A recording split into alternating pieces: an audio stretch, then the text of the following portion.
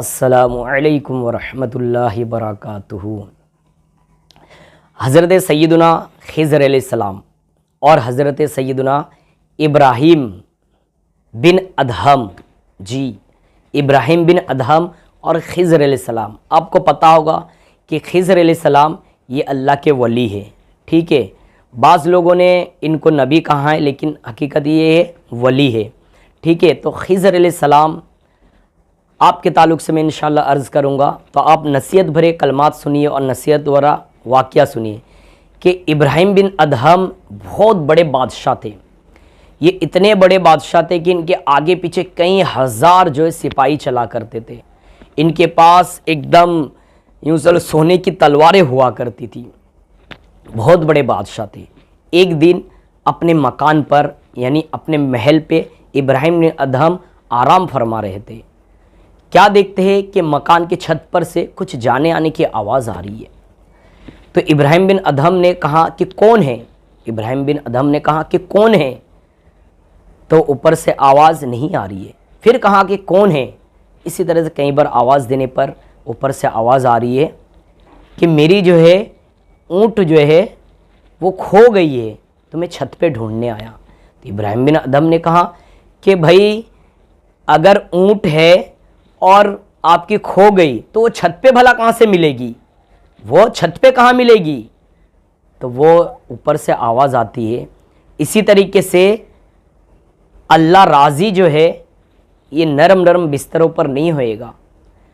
अल्लाह को अगर राज़ी करना है तो ये गद्दे भरे और ये सोना, ये आराम, ये चीज़ों से दूर होइए, तब जाके अल्लाह राज़ी होगा। तो फिर इब्राहीम बिन अदहम उससे मिलने की कोशिश की, वो चला गया।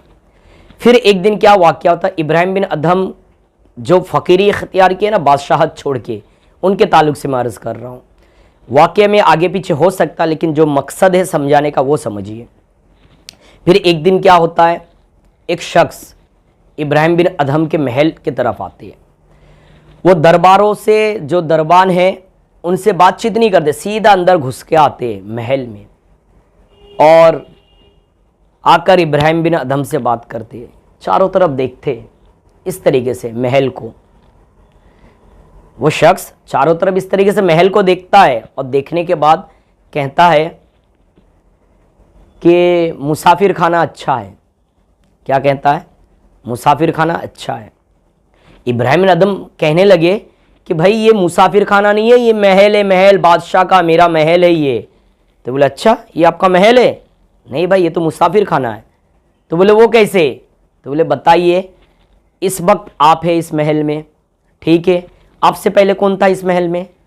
तो कहा मेरे वालिद साहब थे। तो अच्छा, बोले हाँ, फिर आपके वालिद साहब से पहले कौन थे? बोले मेरे दादा थे। बोले अब बताइए कि आपके बाद कौन रहेगा? बोले मेरे बच्चे रहेंगे। तो बोले मुसाफिर खाना कहते किसे है? जिस जगह पे हमेशा नहीं रहना है, रहना है चले जाना है, रहना है चले जाना है। तो इसी तरीके से ये भी मुसाफिर खाना है। इब्राहीम अदहम को बहुत नसीहत भरी अल्फाज सुनने को मिला तो बहुत अच्छा लगा।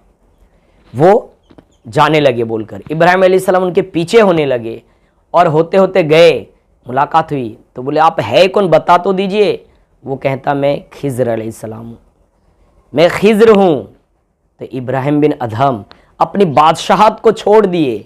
छोड़ने के बाद फ़कीरी इख्तियार किए, वो अल्लाह के वली बने। आज उनकी किताबों में नाम है। क्यों? क्योंकि उन्होंने अपनी ख्वाहिशात को, दुनियावी जायज़ ज़िंदगी को भी तर्क करके अल्लाह वाले बने।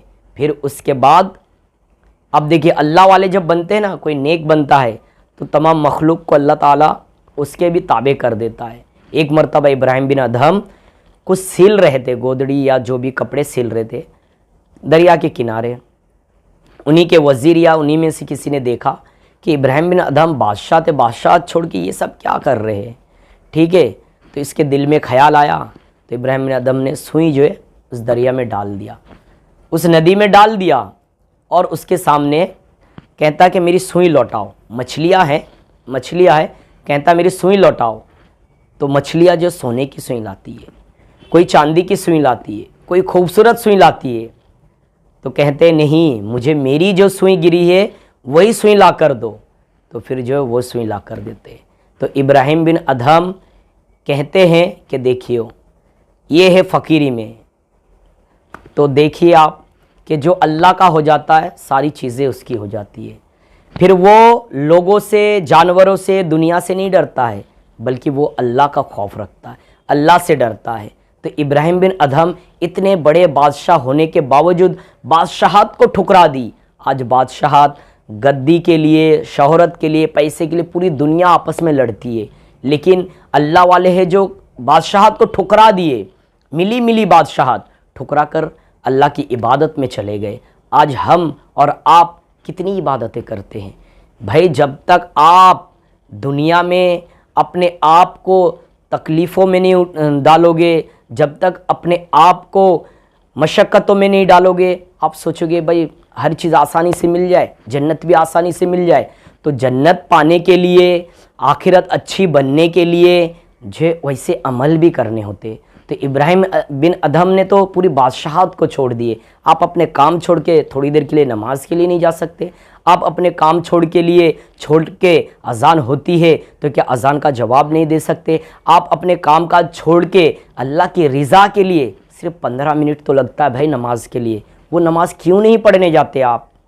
तो देखिए नमाज प्यारे आका, आपके और मेरे प्यारे आका सल्लल्लाहु अलैहि वसल्लम, जिनसे हम जान से ज़्यादा मोहब्बत करते। हाँ, आप भी प्यारे आका सल्लल्लाहु अलैहि वसल्लम से जान से ज़्यादा मोहब्बत करते और मैं भी करता हूँ। लेकिन उसी प्यारे आका की आंखों की ठंडक क्या है? आंखों की ठंडक क्या है? वो है नमाज। प्यारे आका की आंखों की ठंडक है नमाज। तो हम नमाजें कितनी पढ़ते हैं? हम अपना वक्त निकाल के 15 मिनट के लिए जा सकते हैं, लेकिन सुस्ती, काहिली, दुनिया की मोहब्बत, हमारे दिल में दुनिया की मोहब्बत आ चुकी है, जिस वजह से जो हम नमाज़ों की तरफ नहीं है, दीन की तरफ नहीं है। इमाम इब्राहिम बिन अदहम रहमतुल्लाह ताला अलैह, देखिए पूरी बादशाहत छोड़ दिए। आज उनकी किताबों में नाम आ रही, उनके ताल्लुक़ से बयान करके आपको समझा रहा हूँ। क्यों?